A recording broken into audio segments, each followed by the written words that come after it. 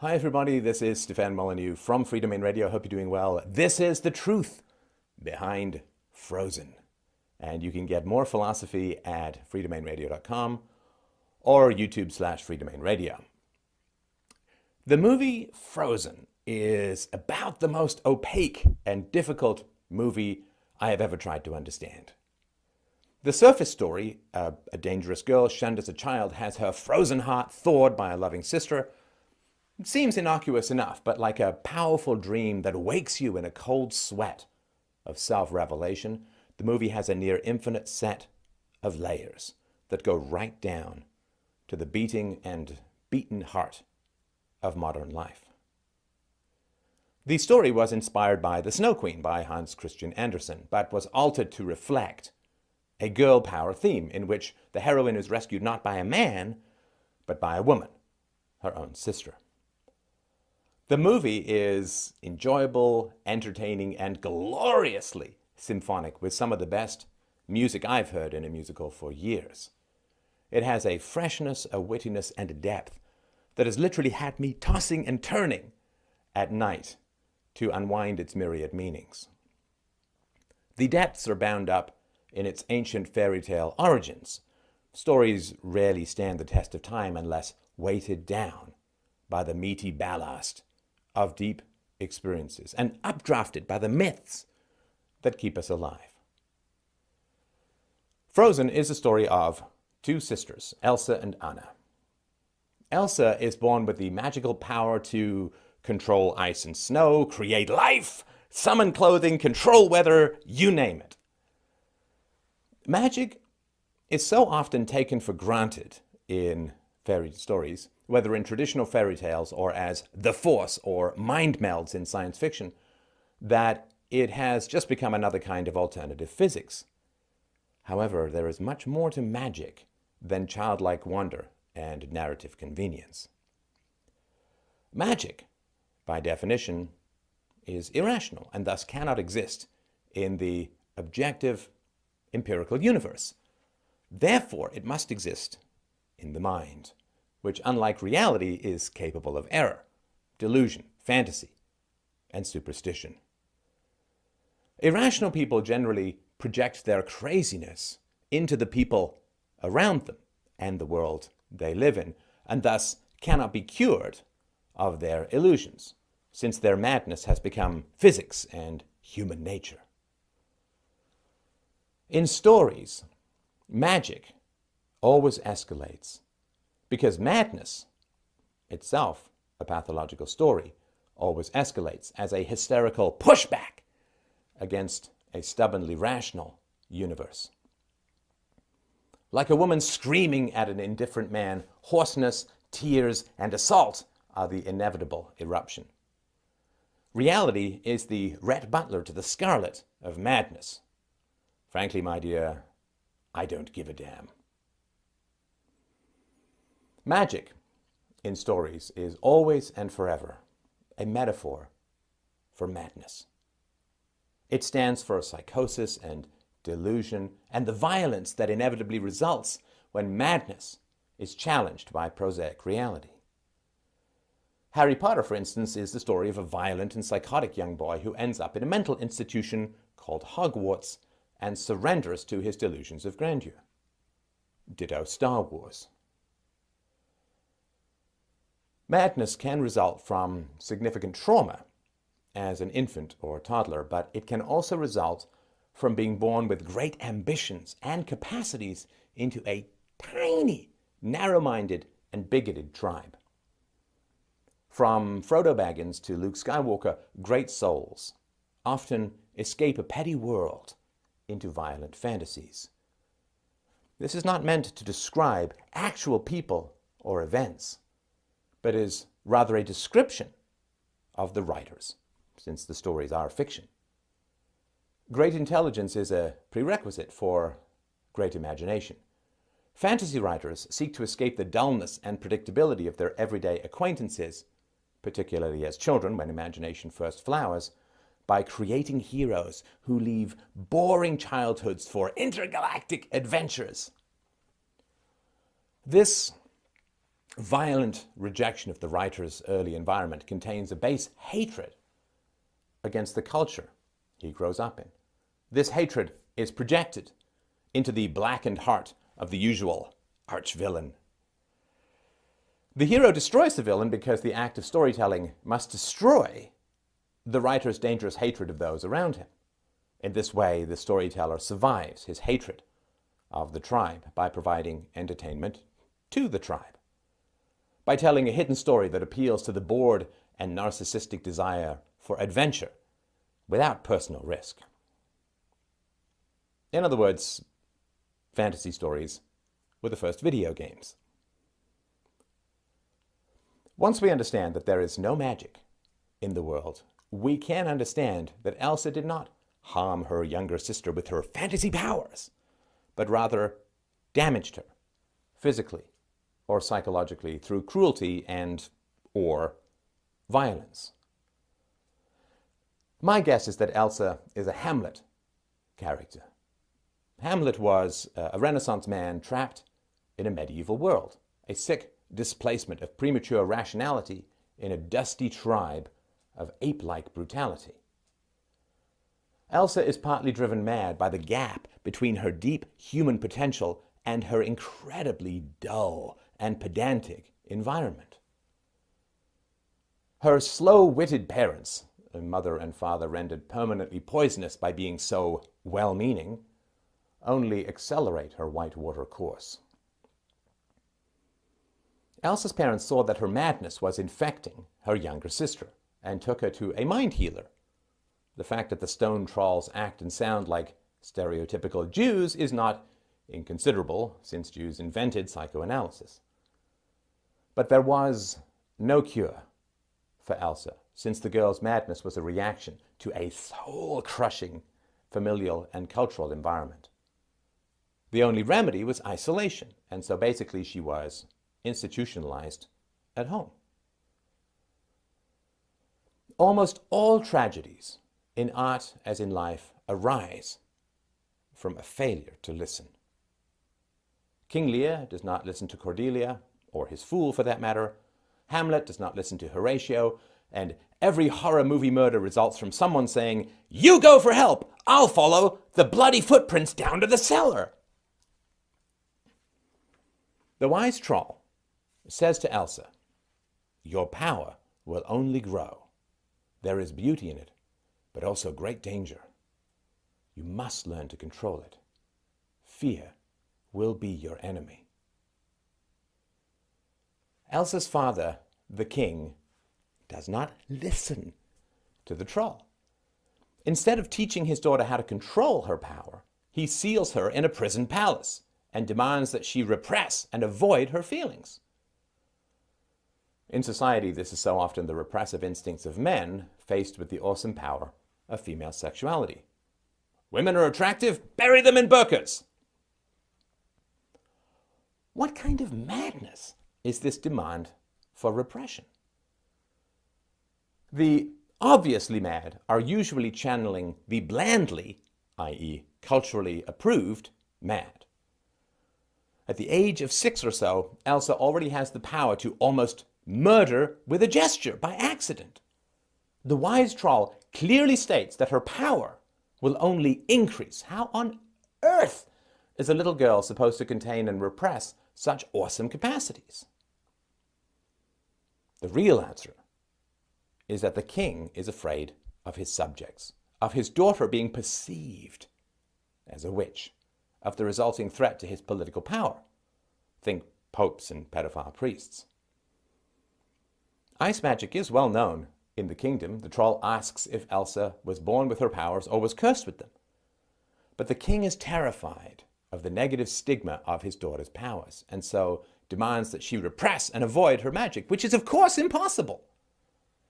The troll clearly says, "Fear will be your enemy," which, in hindsight, seems less of a warning than a premonition, i.e., your father's fear will be your enemy. As usual, Elsa's mother nods in a scared, stupid, sheepish way as her husband proceeds to outline his plans to do exactly the opposite of what the healer he respects recommends. She has no voice because she married the ultimate alpha male and so cannot contradict or instruct him because there is no one for her to trade up to. Who dates Angelina Jolie after Brad Pitt? Her natural hypergamy, the female desire to mate up, has tragic consequences for her youngest daughter Anna, who almost gets murdered, pursuing the same estrogen-fueled ambitions.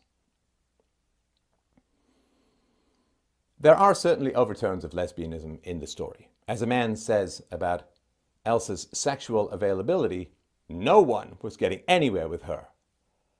And homosexuals do sometimes appear to have magical powers, at least before they were able to adopt and raise children, because they just had so much more time and resources than straight couples with kids.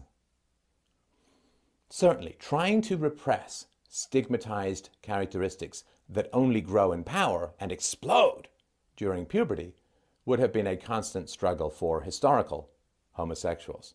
But I don't think that the story is fundamentally about homosexuality, despite the all-male cast in the shop sauna.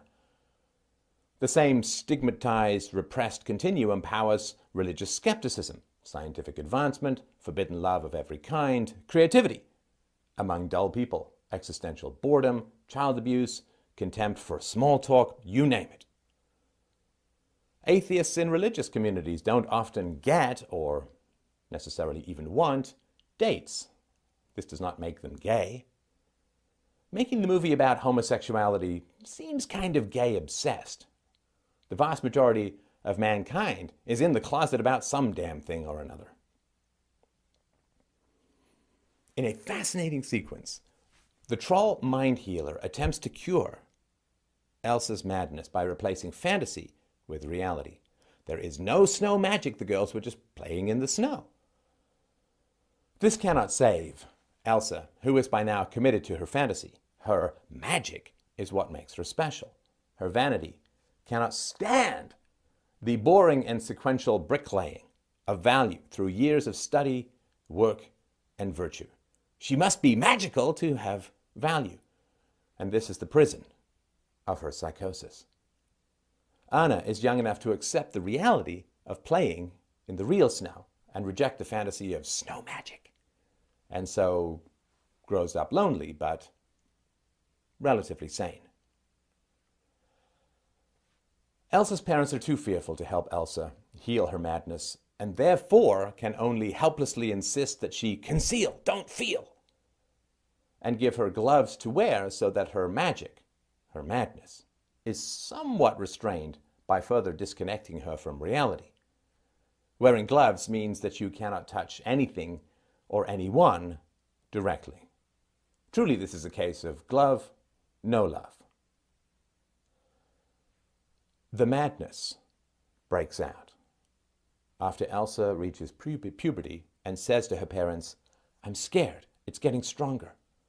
"Father, getting upset only makes it worse. Calm down." Elsa, "No, don't touch me, please. I don't want to hurt you." The next thing you know, her parents are dead. What can this mean? In stories, "I don't want to hurt you," followed by 2 cadavers means what?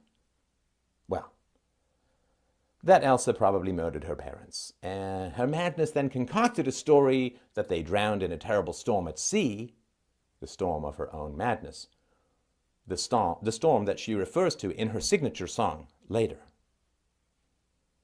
Elsa is not present at her parents' funeral, perhaps because she was at least suspected of killing them.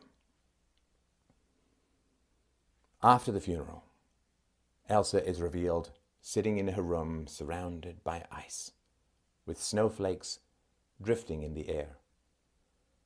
The death of her parents, probably at her own hands, has cast her into a state of catatonic depression, where she no longer has even the fading will to fight her own madness.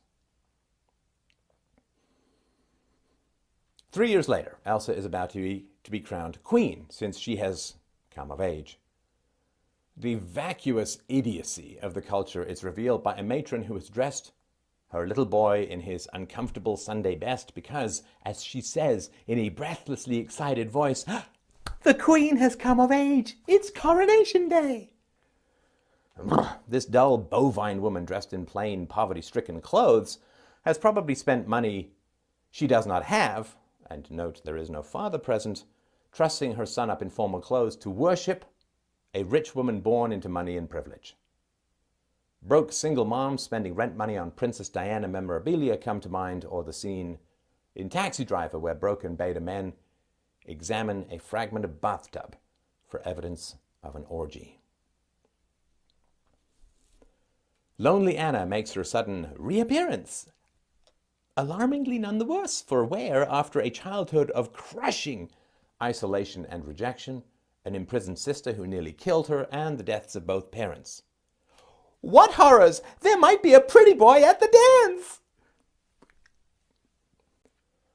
The grand delusion and insult for victims of childhood trauma is always that storybook heroes emerge from years of early neglect and abuse with no apparent psychological scars whatsoever.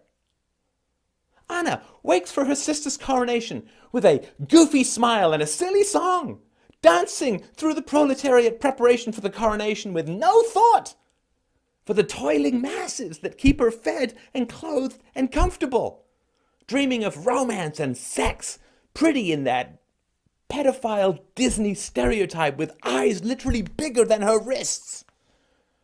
She has the waist of an anorexic, the skin tone of an agoraphobic, the perfect hair of an obsessive-compulsive sexual manipulator, but she presents herself as a clumsy dorkaholic charmer, the male fantasy of a sexy woman who does not know she is sexy, which is about as likely as the twitchy gestures of a madwoman creating a living snowman who loves summer. The late king did nothing to prepare his daughters for being in charge of a kingdom. There's no evidence of any education, books, parental conversations, the imparting of wisdom and justice and magnanimity in statecraft. This is noticeable only in its absence. When the sisters greet each other again for the first time in over a decade, they exchange vapid nothings about how warm it is, how much fun they are having, how pretty each other is, and how much they like chocolate. Dear Lord, are they adult women or mentally challenged trivia addicts? The grim political reality is that neither of these highly unstable women are even remotely fit to rule the kingdom. They show zero interest in economics, politics, education, literacy, the arts, or even the toiling masses around them that keep them in heels and hair clips. After Anna leaves a man in charge, he does the usual socialist redistribution switcheroo of handing out blankets, the only vaguely political action in the whole movie. The moment Anna meets Hans, the young alpha player, who also pretends to be unconscious of his own physical attractiveness, their hormones and dysfunctional neediness flare up and overwhelm any vestiges of self-respect they might have had. Hans turns out to be a manipulative sociopath, like almost all the other men in the movie, of course, but there is a moment where Frozen totally cheats by showing Hans staring wistfully and happily after Anna when no one is watching. This is not how evil men work. They turn on the charm until they are alone. Then the mask drops. One of the fantasies that still grips modern society is that men are simple emotional creatures while women are deep and complex. Men want a beer and sex and food, while women strive for intimate connection and juggle complicated emotional spiderwebs. This trope only reveals the narcissism of women and the cowardice of men. Imagining that you are deep and complex, but others are simple, is one of the primary signs of malignant selfishness. Men should point out that most of the deeply powerful emotional artistic works of mankind were created by men.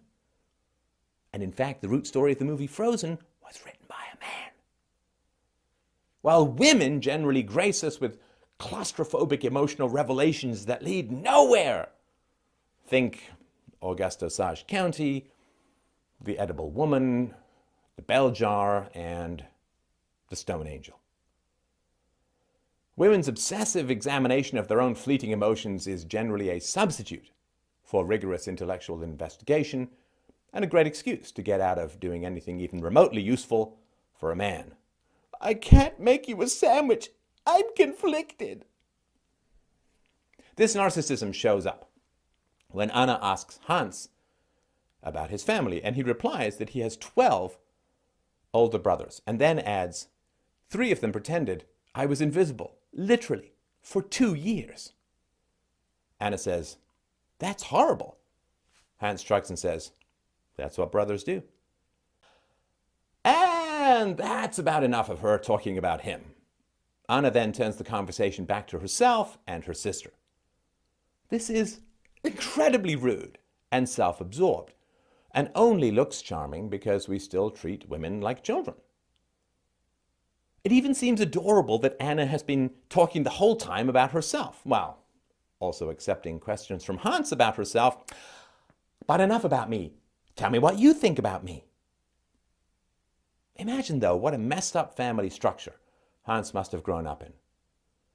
Such multi-year sadism at the hands of his brothers must have been birthed from and condoned by equally sadistic parents. Hans is happy to listen, though, because he is scanning Anna for vulnerabilities. When she reveals how hurt she was by Elsa shutting her out, he says, I would never shut you out.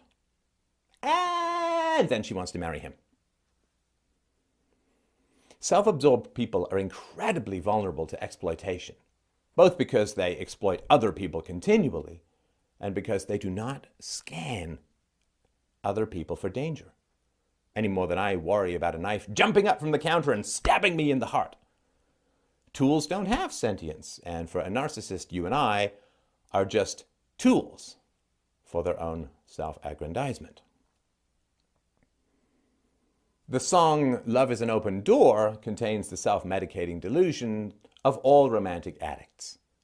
On meeting a new codependent one, they can say goodbye to the pain of the past. We don't have to feel it anymore. Mental anguish tends to result from the avoidance of legitimate suffering. And this is a recipe for all the disasters that follow. During the coronation, Elsa is terrified to hold to the penis and testicle ball and rod and quickly puts them back as they ice over. Astute observers of mental illness will understand that she is terrified that other people will not see the ice and she will be revealed as mad. This is the real reason her hands are shaking. If you have ever tried to talk a paranoid woman out of her delusions, you'll recognize the phenomenon. There is no null hypothesis for mental illness. Every piece of counter-evidence can be wished and willed away or rejected in blind rage. When a merchant, i.e. a man who actually works for a living, bows while asking Elsa to dance, the two sisters giggle at him when his toupee flops over. This lofty contempt for and indifference to anyone who works is offensive. But it's not noted in the movie because the two girls are so very, very pretty. The fact that youthful female beauty is a magic and mad currency all its own is at the root of one of the movie's main messages. If it's any consolation, Anna only judges a man by his looks. When she fantasizes about meeting a man at the ball, she grabs a ruggedly handsome statue to play with. When she first meets Hans, she shifts from snappy to seductive the moment she sees how handsome he is. Nonetheless, women the world over will continue to complain how men objectify their gender. Within an hour or two of meeting, Hans asks Anna to marry him, and she says yes. When the mad couple asks for Elsa's blessing, tempers flare in a ridiculous manner, and a sisterly dispute explodes into a public scene of vicious ill temper. Elsa lashes out with her snow magic, which shocks everyone. When we remember that there is no such thing as magic, only madness, the shock and horror of the ruling class at the new queen's obvious mental instability is understandable. When the young queen is revealed as mad, the kingdom can look forward to many decades of tyranny, economic decay, starvation, mass imprisonment, and war. The townspeople gather outside because they are terrified that the new queen, knowing that she has been locked away since childhood, is going to make their lives a living hell. Elsa's snow magic is a metaphor for the power of madness coupled with near infinite political authority. Mad women can be witches who live in isolation in the woods. Mad queens will destroy the kingdom and thus cannot be ignored. Radagast versus Caligula. As Elsa runs through the crowd of increasingly terrified townspeople, subjects to be subjected to decades of her madness, a baby cries, as if seeing his own decaying future in an insane kingdom. Elsa fires another bolt of magic ice, really hysterical verbal abuse, at the bald merchant and then runs off into the night. When the merchant complains that Elsa tried to kill him, Hans replies, "You slipped on ice." This indicates that Hans did not see the ice magic, another example of its internal nature. Elsa pauses at the edge of the fjord while Anna begs her to stay and talk. Deep connection is the antidote to madness. And this is the moment when Elsa chooses to reject her sister and go completely insane. She steps onto the warm water, which turns to ice. "The impossible can support me," she imagines, and strides off confidently over the forming ice into the glorious prison of her own psychosis. Not unlike another ancient water walker. As Anna decides to go after her sister without any provisions or protection, the glorious "Let It Go" YOLO sequence unrolls. The lyrics are a revelation.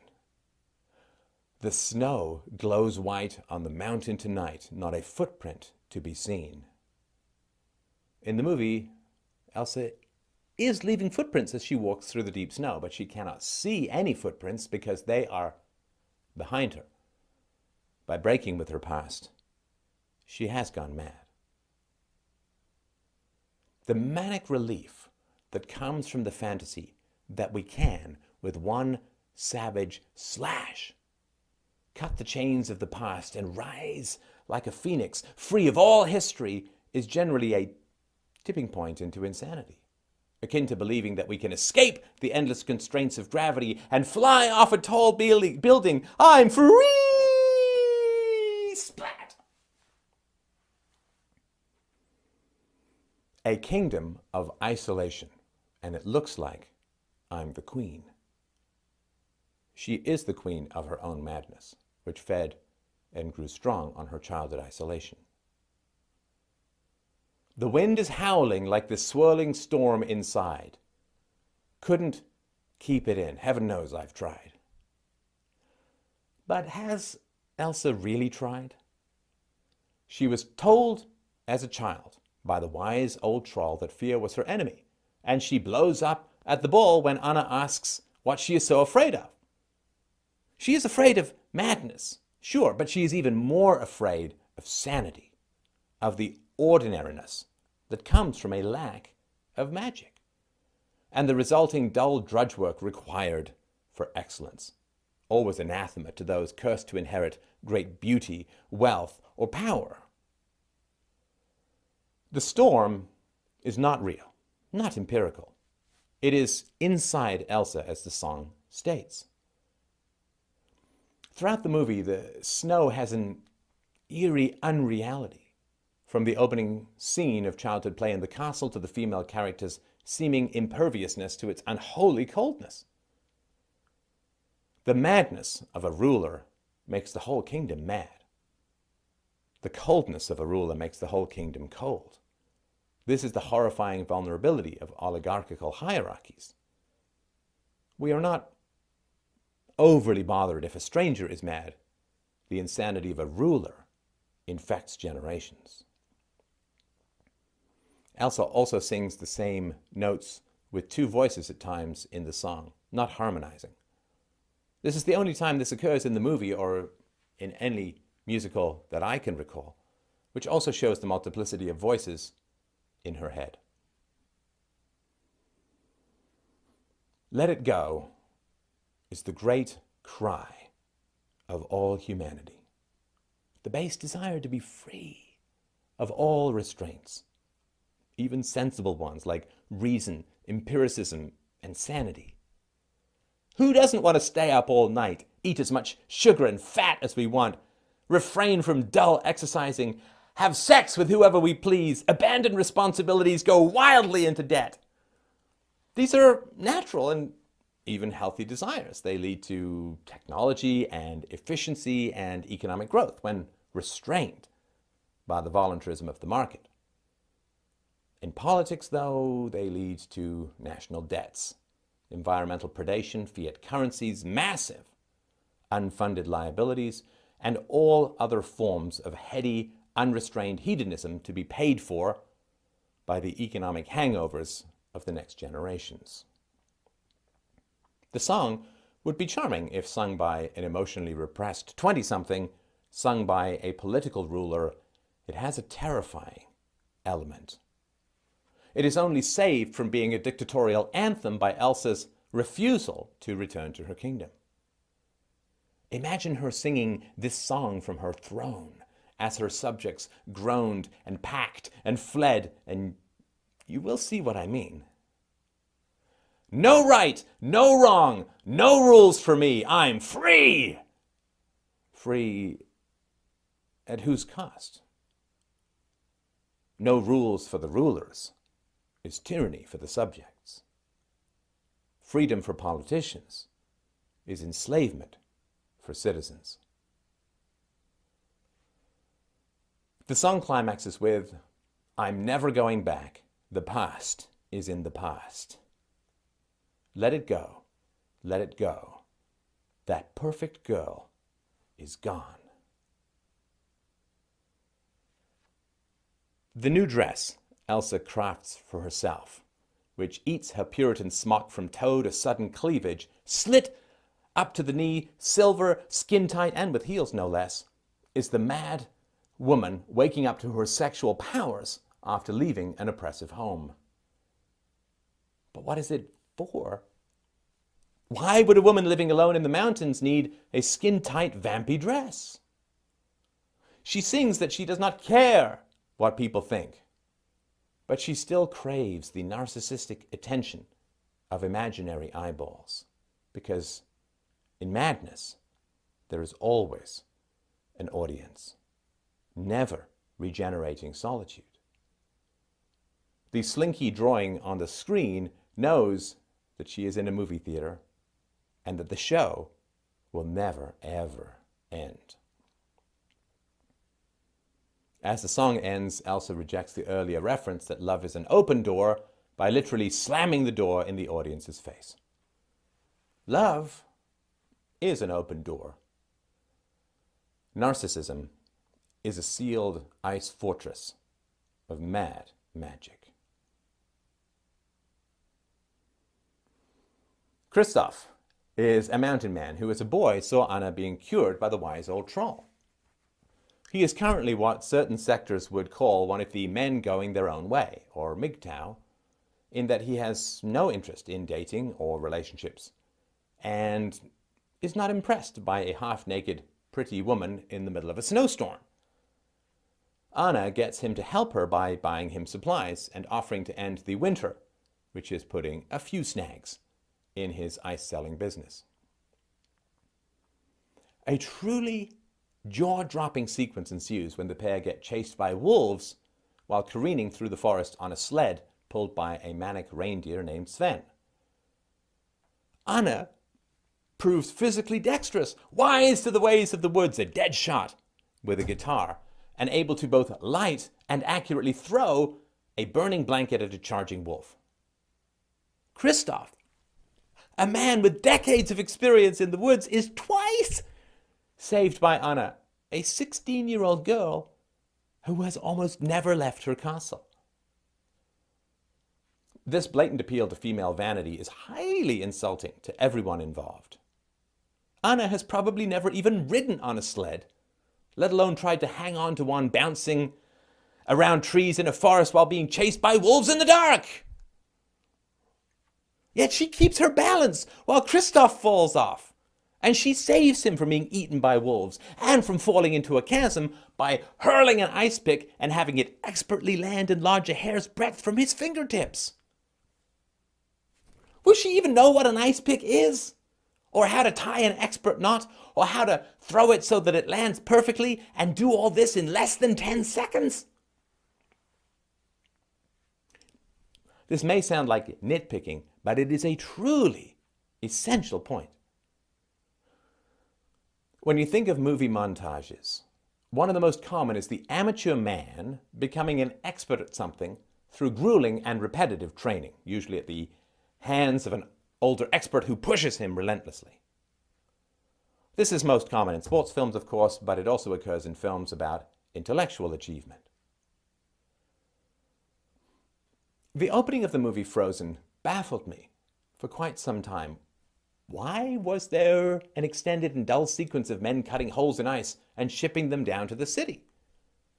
The music was monotonous and dirge-like, and it seemed to have little to do with the rest of the story, which was about sisters and sex and magic and madness. It hit me eventually. Men produce ice through dangerous, hard, grueling labor in freezing conditions. Women produce ice through magic.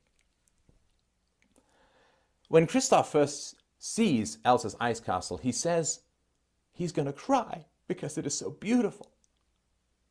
A team of expert men would take months to produce such a masterpiece. Vampish Elsa creates it with a wave of her hands in about 20 seconds.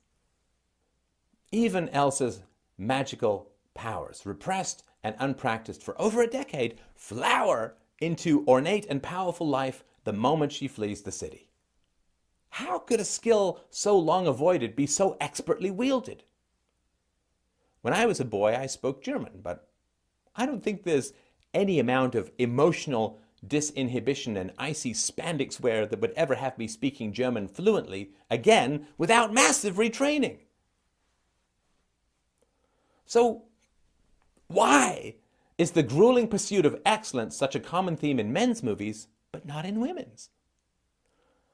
There are a few exceptions, like the training sequences in the movie version of Buffy the Vampire Slayer and $1 Million Baby, but it is extremely rare to see a woman starting off as incompetent at some pursuit and then submitting to months or years of rigorous training in order to achieve excellence. Why is that? Women often complain that they are not represented at the tops of highly challenging fields such as business, science, technology, engineering, and medicine. But they don't seem to roll their eyes when women are continually presented as being experts at some challenging field without any training or experience whatsoever. Imagine pitching a movie idea about a man who is overweight, out of shape, and then rolls off the couch, jumps into a boxing ring, and wins the heavyweight championship of the world. What would people say? They would say that the story is so unbelievable that it would cast serious doubts on your sanity. How the hell could some out-of-shape guy go and win a boxing match? That's an insult to all the people who actually do train and work incredibly hard to get to the top of their profession. Surely women know the amount of work it takes to become really skilled at something. Why on earth would they not understand how insulting and limiting it is to tell women they can become experts without working? There is no better way to keep women out of the top tiers of professions than by telling them that they are great just by breathing, and that to be peppy and charming and spunky makes them the equivalent of a man with over 20 years' experience in a dangerous environment. The reality is that Anna, by charging after her sister without any proper winter gear or provisions, would just end up freezing to death on the mountain. If she did manage to make it onto the sled, she would have fallen off at the first sign of trouble and been eaten by wolves. If she somehow survived all that, she never would have been able to jump the chasm or save Kristoff from falling, and so she would have ended up alone with the reindeer and died on the mountain. It is a horrible form of sexism to pretend to women that they can be just as good as an experienced man without any experience at all. It discourages them from taking the necessary steps to work hard to achieve excellence, condemning them to lives of mediocrity, useless, youthful sexual power, followed by decaying, middle-aged resentment. There is a low-rent form of biological truth in this formulation, however. Young men are worth substantially less in the sexual marketplace than young women, because young men do not have a lot of resources to provide to pregnant and child-raising women, while young women have a decade or two of fertility ahead of them. Older men have more resources to provide to a woman, but are generally physically less appealing. In the sexual marketplace, women are born rich and grow poor, while men are born poor and grow rich. This is the main reason why these silly, mad, and vacuous women are portrayed as magical, wealthy, and carefree. The true aristocracy of mankind is attractive young women, particularly in a post-aristocratic democracy. This is one reason why so many young women aspire to vanity and inconsequentiality. To be interested in weighty or serious matters is to confess unattractiveness, since if you are physically beautiful, men will pave and pay your way. Young women so often mistake their sexual appeal for personal value, since it is infinitely easier to giggle and surf the tsunami of male desires than it is to struggle for a life of virtue and meaning. A young woman can create an invention for which she can take enormous credit. Male sexual desire is a force of nature that aims at the wombs of fertile young women, for which no young woman can take credit. A young woman is born with the eggs the man's sperm wants to get at. It is nothing she has earned. It is a mere reproductive aristocracy of no philosophical or personal value whatsoever, unless we are willing to grant lady frogs medals of virtue for getting hundreds of eggs coated in male sperm. This is the magic that is really occurring in the movie. The magic of foolish young women who imagine that the world revolves around their wonderful personalities, when it really just revolves around their accidental eggs. This is the real reason why we see fewer cinematic women struggling to achieve excellence and value through years of hard work, because they are born with eggs, and so have value, at least while they are young. They imagine that their personalities are all kinds of wonderful, but their wonder dies as their eggs die, leaving them bewildered and enraged and unable to admit that they squandered the golden magic of their accidental inheritance on personal vanity and easy sex. Like a rich man who pays for his friends, attractive young women are so often unwilling to see if anyone actually asks them out for who they really are, without financial or biological bribery. Female vanity is a slow sexual suicide. The rich man may not run out of money, but the pretty young woman will always run out of youth.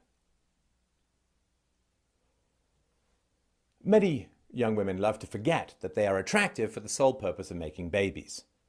This reality must be obscured in Frozen so that youthful female vanity is not threatened, which is why, except for the royals, we never see a nuclear family throughout the entire movie with its cast of hundreds. The Trader in the Woods has a gay family in his sauna. The mother at the coronation has no husband. Two men clap each other's backs on the way to the ceremony. Even the royal family, with two parents and two children, never spend time all together and, of course, are highly dysfunctional. Both sisters are orphans. Kristoff is an orphan. The snowman has no parents, of course, and Hans is fleeing his abusive family, who remain off screen. Young women milking their sexual appeal don't like to see functional or happy nuclear families because it reminds them that they are using their sexuality in the wrong way. A young woman's sexuality is designed to evoke a commitment from a quality man, not just feed her own vanity. Also, seeing a functional family reminds her that time is always running out, that every day that she spends using her sexuality for vanity rather than commitment, it fades and falls and loses value. This creates deep anxiety in the young woman, which would be enormously healthy because it would provoke a change towards maturity and responsibility. But what is sometimes called cultural Marxism in society is little more than a bunch of predatory artists and academics being paid by women to avoid provoking rational anxiety about squandering their sexual value on alpha orgasms, man-candy estrogen status, and narcissistic selfie vanity. Why does Anna fall in love with Hans? Because he is good looking and obviously of high status. She first runs into his very expensive horse, the equivalent of a Ferrari in the mythical kingdom, and then sees his costly clothing and perfect hair. Men are turned on by nudity because it signals fertility. Women are turned on by expensive clothes and cars because they signal excess resources, which they can milk in order to produce milk for their children. Viewed another way, why does Anna not fall in love with Kristoff the Mountain Man? Why does he get friend-zoned even though he is good-looking, saves her life several times, and is willing to push back against her vanity madness? He is shocked that she wants to marry a man she just met. Well, this is a cliche of romantic comedies. The woman is in pursuit of a really hot guy, is helped by a beta male friend, who she then falls in love with at the end of the movie. I was looking the world over for love that was right under my nose the whole time. The simple reality is that Anna has no romantic response to Kristoff because he is low status. He is an orphan who takes years to pay off the cost of an old sled. He is a tool to be paid and used in pursuit of her own goals and desires. She submits to the insanity of Hans because he is high status, while contemptuously rejecting the sanity of Kristoff because he is low status. Anna does, quote, fall in love with Kristoff at the end, but only after she has been violently rejected by the alpha male Hans. In other words, Kristoff is the regretful and humiliated Plan B. And if an even remotely enlightened male had written the film, Christoph would have taken her sled and gone elsewhere. As the saying goes, alpha lays, beta pays. Young women often keep a harem of men in the friend zone so that they can marry her if she fails to land an alpha. We see this so many times in romantic comedies when a woman extracts a promise from a male friend to marry her if she is still single when she is 40. This also occurs if the woman has a child with an alpha male and then needs resources from another man after the alpha vanishes. Prior to the welfare state, the woman would at least have to woo a beta male to get those resources. Now, the government simply forcibly extracts the resources she needs from the general population and hands them over in return for her vote. Or alternatively, she has a few kids with him, then divorces him and lives off alimony and child support for the next few decades, again, with the full power of the government at her disposal. Women are as attracted to power and status as men are attracted to youth and beauty. This is why in fairy tales the women are always beautiful and always hot for princes and kings, the well-decorated mass murderers of history. The ancient equation of resources and fertility is well expressed in the line from the song Summertime, your daddy's rich and your mama's good looking.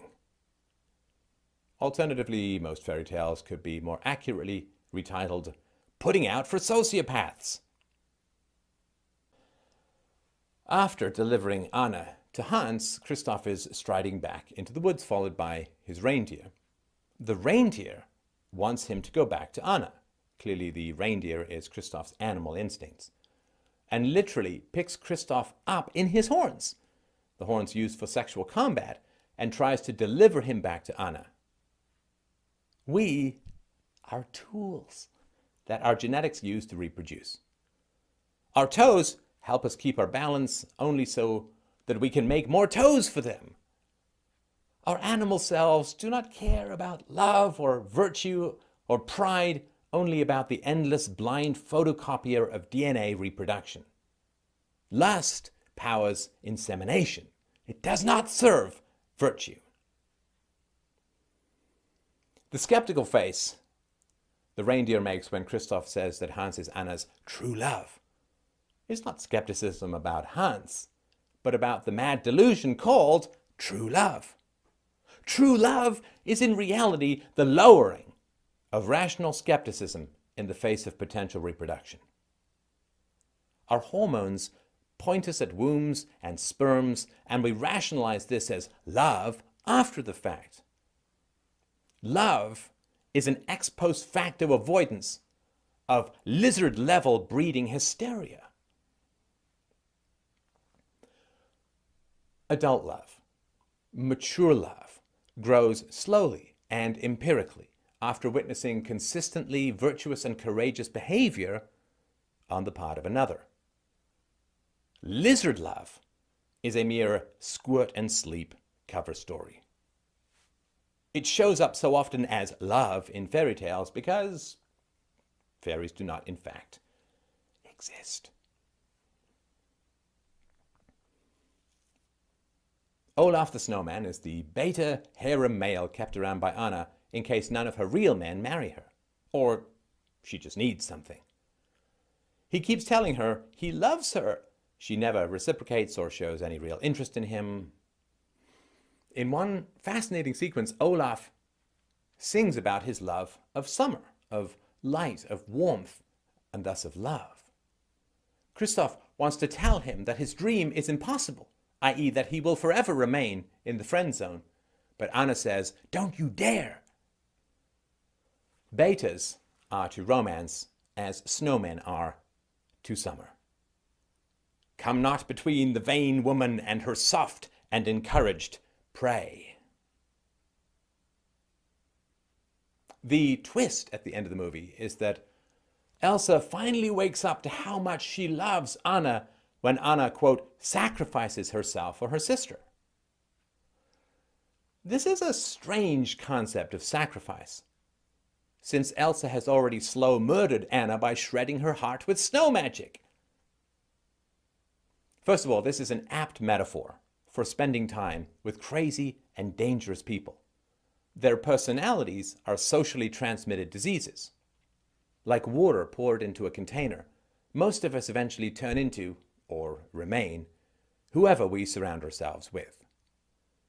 We can change our tribe, but we cannot change that our tribe is our destiny. Anna wants nothing more than to spend time with Elsa, but Elsa is crazy and cold, and thus Anna turns into an icy statue of death.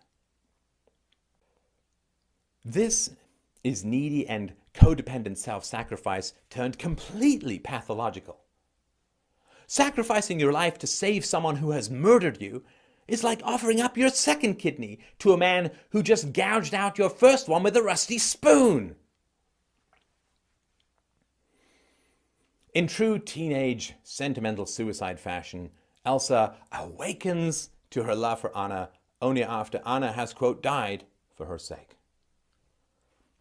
Anna could have been saved by an act of true love, Kristoff returning to save her, visible through the blowing snow, but instead she decides to sacrifice herself for her sister, exhaling her last breath after her suicide breaks Hans's sword. Anna has at last awoken Elsa's heart by dying for her sake. This fantasy of redemption through death is the basis of war and memorials and medals. The mad fantasy of the codependent enablers of abusers is that just one more act of self-sacrifice will magically awaken empathy and compassion in the scarred hearts of those who abuse them. Given that empathy is a complex series of systems in the brain that require imprinting through infancy and toddlerhood, or a skill painfully acquired in adulthood through the rigorous pursuit of self-knowledge, this fantasy is like me pretending that if I repeatedly bash my knuckles in with a ball-peen hammer, my 80-year-old Scottish neighbor will suddenly burst into fluent Mandarin. Much like vampire movies and the Hunger Games and a steady diet of junk food, violence, and pornography, Frozen portrays relationships as exciting through insanity, through madness and magic and self-sacrifice and, well, drama. The simple act of earned and intimate connections through honesty and vulnerability is like raw carrots to the mad chocolate of murder and betrayal and magic and suicide and sacrifice and redemption, blah, blah, blah. People who cannot connect are always playing games. There are no hugs in tennis or combat marriages except at the end when the weary combatants may agree to be buried together. Lives lived without truth must always be inflated with the hysteria of status. A self-loathing man sneers from within the metal coffin of his BMW. An empty woman pushes up her cleavage. The aged cry over faded photographs, and no one connects with anyone. If you turn your world into a war zone, you never have to talk about your feelings, your history, your fears, your anger and hope. You dodge bullets, hurl ice, climb mountains and flee wolves. You become a mere mammal, tribal, blind, needy, and immune to self-reflection. The madness of the ending, I will love you only when you are dead, is hard to fathom. The moral of the story, an act of true love will thaw a frozen heart, will help breed legions of codependent cannon fodder for sociopaths and narcissists. If my heart is still frozen, it's because you do not love me enough. What drama, what excitement, what abuse, what a waste. It is nobody's job to thaw a frozen heart, except perhaps bad parents who should pay therapists to repair the damage they have done. When the endless snow thaws, strangely enough, no one drowns. Can you imagine megatons of ice and snow thawing in about 10 seconds over a village surrounded by mountains? This would be an oceanic avalanche. But of course, the physics of nature are as violated in the movie as the physics of relationships. At the end of the movie, Anna gives Kristoff a sled, which sounds generous until we remember that Anna has never actually had a job. She's using her political power to forcibly transfer wealth from the townspeople to Kristoff, which of course is slightly less charitable. This continues the metaphor of sexual desirability. Anna no more earns the sled she gives to Kristoff than the sexual value she provides to him as well. She inherits both, earns neither, and knows nothing. She gives him a slippery moneymaker she has not earned. They might as well have put a beaver on it and a bumper sticker that says, "Slippery when wet." Young people who mistake accidents for value, "I'm pretty, rich, athletic, talented," are about the highest maintenance people you will ever have the misfortune to meet. Because time inevitably attacks their fantasies. In the long run, character always sandblasts away the illusions of luck. Like an aging Blanche Dubois, vanity requires the constant sacrifice of other people's integrity and reality. You might think it is feeding you, but it is really eating others.